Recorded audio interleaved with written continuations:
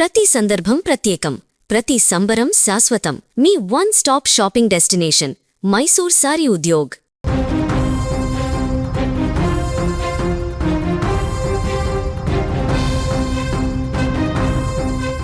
ఊరు దాటిన తర్వాత కనిపించే ఆ రియల్ ఎస్టేట్ వెంచర్ పగలు కూడా పెద్దగా జనసంచారం లేని నిర్మానుష్య ప్రాంతం.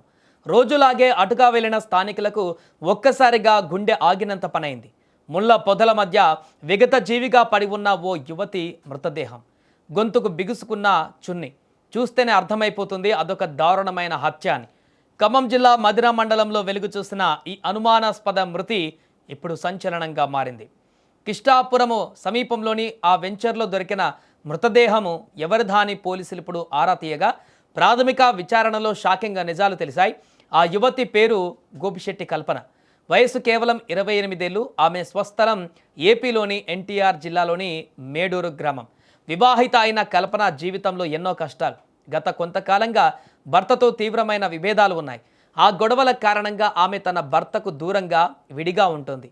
జీవితం ఒక కొలిక్కి రాకముందే ఇప్పుడు ఇలా శవమై కనిపించడం ఆమె కుటుంబ సభ్యులను కన్నీట ముంచుతోంది. అయితే భర్తతో గొడవలు ఉన్న కల్పన ఖమ్మం జిల్లా మధిరాకు ఎందుకు వచ్చింది, ఆమెతో పాటు వచ్చింది ఎవరు అనే కోణంలో పోలీసులు విచారణ వేగవంతం చేశారు. ఘటనా స్థలాన్ని పరిశీలించిన పోలీసులకు ఇదొక పక్కా ప్లాన్ మర్డర్ అని అర్థమైంది. కల్పన గొంతుకు ఆమె చున్నీనే ఉరితాడులా బిగించి అత్యంత దారుణంగా ఊపిరి ఆడకుండా చేసి చంపేశారు. అయితే ఈ కేసులో పోలీసుల బుర్రలు హీటెక్కించే ట్విస్ట్ మరొకటి ఉంది. కల్పన హత్యకు గురయ్యే ముందు ఆమె కుటుంబ సభ్యులకు ఒక గుర్తు తెలియని నెంబర్ నుంచి ఫోన్ కాల్స్, మెసేజ్ వచ్చాయి. ఆ మెసేజ్లో ఏముందంటే, మేము అరుణాచలం వెళ్తున్నాం, పెళ్లి చేసుకొని తిరిగి వస్తామని. ఈ ఒక్క మెసేజ్ కేసును కొత్త మలుపు తిప్పింది.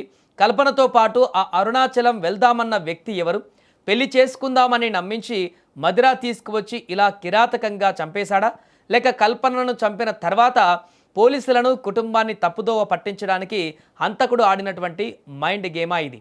ఈ కోణంలోనే పోలీసులు ఇప్పుడు దర్యాప్తు ముమ్మరం చేశారు. మధిర రూరల్ సిఐ మధు నేతృత్వంలో ప్రత్యేక బృందాలు రంగంలోకి దిగాయి.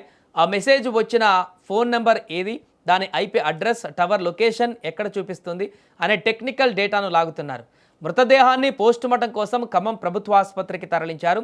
రిపోర్టు వస్తే హత్యకు ముందు ఏం జరిగింది అనే దానిపైన మరింత క్లారిటీ వచ్చే ఛాన్స్ ఉంది. ఆఖరి క్షణాలలో కల్పన ఫోన్ నుంచి ఎవరికి కాల్స్ వెళ్ళాయి అన్నదే ఇప్పుడు ఈ కేసులో ఛేదించే కీలక ఆధారంగా మారింది.